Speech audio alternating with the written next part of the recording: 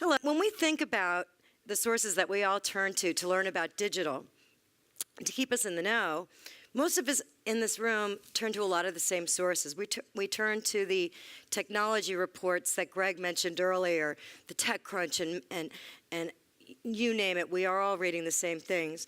We look at leading publishers, read leading bloggers' blogs, we keep up to date on technology outfits and data and analytic companies and the like. We are all so ahead of the curve. I wonder if we're taking enough time to really reflect back on how far we've come in the digital space and what it's taken to get there from that end user perspective. I'm not talking about the early adopters like all of us. I'm talking about your mother-in-law. I'm talking about the guy who works down at the corner store. I'm talking about the nearly 50% that don't have smartphones, or maybe those people in remote areas that actually have GASP, dial-up internet service still. Whoop, I'm looking for something. We're not talking about social media obsessed people like myself. I had a birthday last week, and my friends decided that the appropriate birthday cake for me would have the Twitter bird on it. So yes, they think I'm a social media freak, and your friends probably do too. Have you ever thought about how the general public has become so accustomed and so receptive and adaptive to social media changes, even if they still need a little help to dive in, as Pamela touched on earlier? Anyone who's worked in marketing or advertising knows that when you're marketing a product or service that requires a behavioral change, adoption is really hard and it's really slow. It's one of the biggest challenges you can have. It's not going to be easy because, frankly, people just don't like change. So how are these mainstream users even learning about and keeping up with the changes that are coming at us so fast? Are they turning to the same sources we are? Are they reading TechCrunch? Are they reading Mashable? I don't think so. Sure, there's been a lot of amazing technology that's helped enhance this growth. But without mainstream adoption and learning of this technology, we're not going to grow further. I think that there's many people outside of our industry who we should all be watching more closely. These are the people who've really helped put a human face on the internet, making it approachable and meaningful to the general public. So when we talk human, who could be more human than the girl next door reporter, Katie Couric? Katie Couric, what does she have to do with advertising? Katie Couric represents the everyman's journey in understanding the internet and has, along the way, been highly influential in making that internet less scary, less geeky for her large fan base, which is largely that mainstream user who's watching television in the morning and now the evening. In many ways, she's the very personification of internet growth. So let's go back in time to January 1994. This was a time right around the California earthquake and also the month that Steve Jobs got married. A young Katie Couric was a co-host of the Today Show.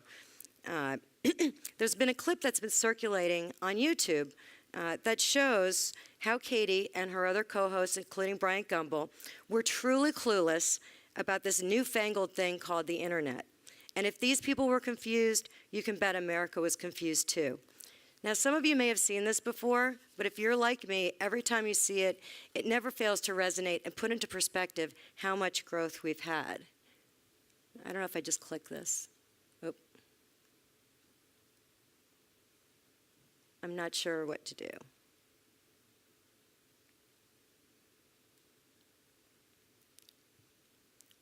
Oh, and here's my Twitter cake. Surprise! This is a truly interactive presentation. This is from my friend Patricia Wilson, Brand Cottage, who I met on Twitter, and she actually lives in my town. I did a consulting job with her company where she's the president and owner of, and this was my Twitter cake. So I'm obsessed. I need some help with the video.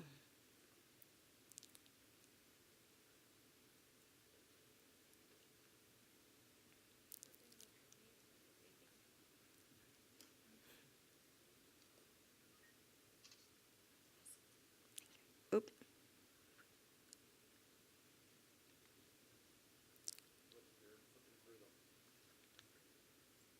Joseph? Need some help with the video. that video you put in? Here, let me see real quick. Ooh, it's not going through. Okay, interesting. That's okay. Well, I'll just... Click yourself, it should. No. It's an element, it should be the second thing on that slide. That's okay. Okay. What this video shows, and I encourage all of you to go to YouTube, just search Katie Couric Internet from 1994. This is a segment, they were actually rehearsing before the live airing, and it's fascinating. They put up the web address, and they're discussing first, what is an @ And Brian Gumbel's going around saying, what is this thing? What is this thing? They're very confused. Katie calls out to a production assistant on the side saying, Allison, can you explain what the internet is? And Allison's not there, and some other guy behind the scenes has to try to explain what this newfangled thing is. It's amusing. At this time, just for a bit of amusement, this was also the year of the Lorena Bobbitt and the Tanya Harding incidents. And could you imagine if Twitter was around back then? We will be hosting a contest for what the best hashtags for both of those incidents would be. And if you email or tweet that to me, I'll just pick a winner. All right, just want to make sure you were awake. Okay, so my times have changed. Her trajectory in the interactive space, let's flash forward 18 years. The time is April 2012, just last month. The place is the Digital New Fronts in New York City, an event organized by Digitas, and they've done a great job at galvanizing marketers for this new space called digital video. It's like the TV upfronts, but just digital video. Katie Couric and her team march in and announce that she is introducing a web-only series. This is a digital advertising bonanza for advertisers, surrounded by advertising in the form of pre-roll on the video, display ads, and sponsorship. And in this case, Poland Spring took advantage of one of the early airings. This may have been the first one. So my times have changed. From 18 years ago, Katie Couric doesn't even know what the internet is, to moving all the way into digital video production. She's really taught us how one person can help change her audience's behavior. The power of her personal brand has enabled her to move her audience from one channel to another, from one time slot to another, from one type of content to another. In her case, from early morning to hard-hitting evening news. And now she's going to teach people how to view premium ad video content on other screens beyond the TV. So every time she talks about a tweet, or she encourages someone to go online to contribute to one of her many wonderful philanthropic causes, she has helped teaching that every person, the guy who works down the street, your mother-in-law, that the internet is not something that's scary, and it's something that they can use every day. We really need more people like this to help all of us in this room who are trying to monetize the space. So how much have we grown?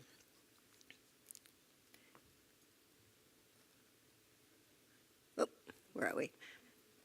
I forgot to mention, because Katie now really gets it, she has a very strong social component that circles around her programming. And the goal of that is simply to drive people back to the site where her video lives. So how much have we grown? I work for the IAB, which is the Interactive Advertising Bureau. And for those of you who don't know, this is an organization that is singularly dedicated to the growth of internet advertising. It started back in 1995 when websites couldn't get their act together in terms of common ad sizes. And from there, with the common ad unit sizes, it really helped the industry take off. So there's a lot of numbers on this chart. This is the annual revenue in billions for internet advertising. It's no surprise it's grown. It's now at 31.7 billion. Well, what does that mean? These are the numbers that we just released. We do this survey every year. And what that 31.7 billion means is that internet revenue is now second only to broadcast television.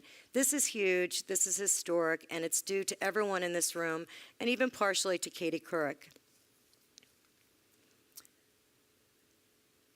And just so you know, when we talk about internet advertising, it encompasses a lot of things are added into that piece of the pie. And what this is showing is that search and display clearly dominate. But what we're seeing is that segments like digital video are growing. And really, for the first time, mobile is becoming a player. It's still small, but we would expect that to grow significantly next year. There's a lot of opportunity ahead. And even though many of the speakers today spoke about sort of frustration that people are not adopting social quickly enough, what I would say is that people are adopting social very quickly. 18 years is not a long time for any type of growth. If we, like Katie, can all work to help put a human face on everything we do, we will get that mainstream adoption that we all seek. So here's to continued interactive growth. Cheers. Thank you.